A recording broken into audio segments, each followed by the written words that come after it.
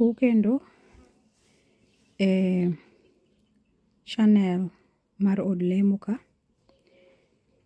Koro kawuono wadhi somo chakruok 19 to de waher mondo walim Nyasachwa kendo wuonwa ka wasomo wach ni Baba ni mondo ibed kodwa, chak kodwa kendo itie kodwa, nying Yesu Kristo.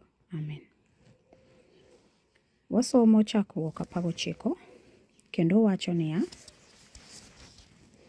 Nyasaye oketho Sodom gi Gomora. Malaika ariyogo nochopo Sodom karang'ich welo, moyudo ka Lut obet e dhoranga dalano. Kane onenogi, nodhi mondo oromnegi, mi nogoyo chonge piny e nyimgi, mokulore nyaka e lowo. Nowacho nigi niya: Jodongo, yieuru uraw e oda mondo ulok tiendu kendo unindi. Eka kiny unyalo wuok gokinyi. To negidwoke niya: Ooyo, wabiro nindo mana e laru ka. To Lut nonano ni nyaka ginind e ode, mi ne giyie. Noloso nigi chiemo gi makati ma ok oketi thowi mi gicham.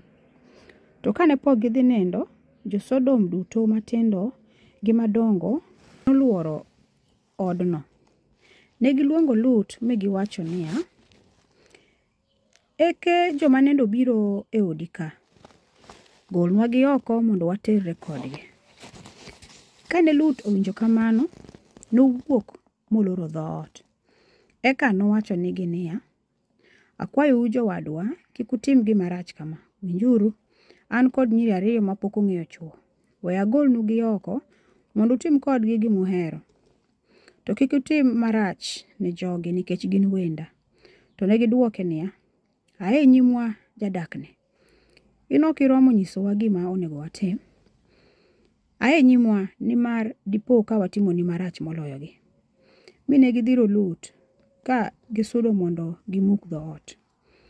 To ji 2 ma welogo noywayo Lut modwoko e ot, mi giloro dhoot. Eka ne gimiyo wang' jogo duto mane ni oko dinore, mane ok ginyal yudo dhoot. Welogo nopenjo Lut niya: Bende in gi jomoko ka, kaka yawuoti kata nyigi kata chwo nyigi kata wadu moro amora? Kawgi duto mondo uwuog ka, nikech wabiro ketho dalani. Ywak man kuom dalani osebedo malich ahinya, omiyo Ruoth Nyasaye oorowa mondo wakethe.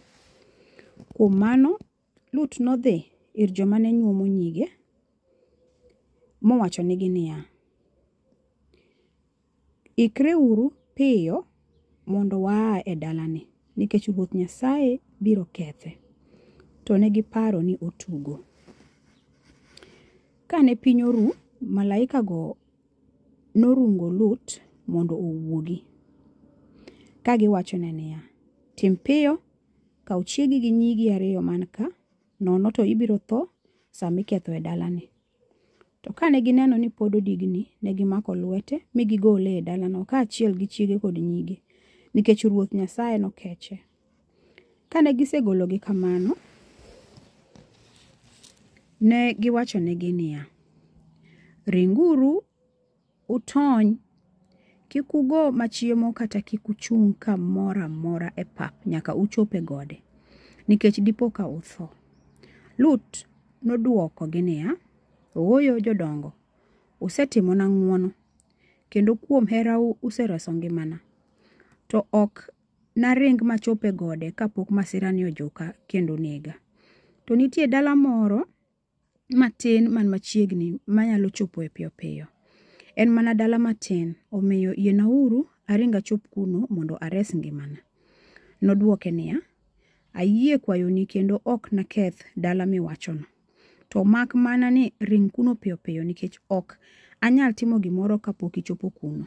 Mano emomiyo dalano ne iluongo ni Zoar, tiende ni matin.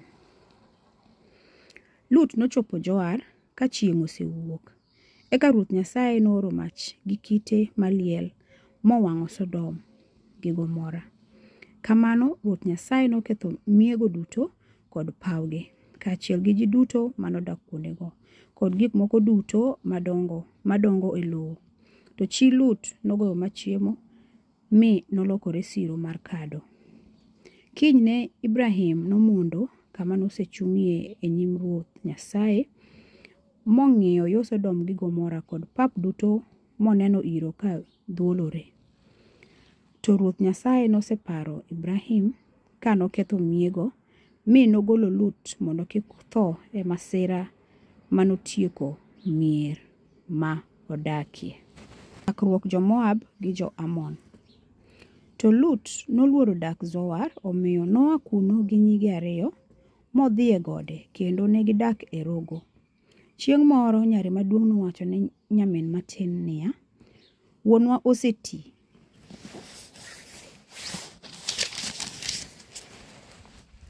To onge modong' e piny manyalo kendowa mondo wanyuol nyithindo kaka jomoko. Bi wami wuonwa kong'o, to kosemer to onyalo nindo kodwa mondo wayud nyithindo." Kuom mano, ne gimero wuon-gi gi kong'o gotienono mi nyako maduong' noriwore gi wuon mare. To Lut nomer ahinya mane ok onyal ng'eyo gima timore. Kinyne, nyako maduong' nowacho ni matin niya, "Ne, nyoro wuonwa onindo koda. Wamere gi kong'o kendo kawuono mondo idhi onind kodi, ni madipo ka wanyuolo nyithindo kode." Kuom mano, ne gichako gimero wuon otienono mi nyako matin bende nodhi moriwore kode. To Lut ne ok ong'eyo gima timore. Kamano, nyiri 2go nomako ich. Nyako maduong' nonyuolo wuoyi mochako nyinge ni Moab. En e kwar Jo-Moab. Nyako matin bende nonyuolo wuoyi mochako nyinge ni Benami. En e kwar Jo-Amon. Mano e wach ma wayudo kuom chakruok 19. Wasesomo wach Nyasaye ma wasewinjo gima notimore e dalani. Koro wagone Nyasaye erokamano kuom miyo wasomo wachni. Wasomo muma to sama wasome kama wakwayo Nyasaye ni mondo wang'e ni to gigi notimore kama nang'o, to ang'o motimo puonjowa ka endi. Koro erokamano kuom bedo koda. Walim.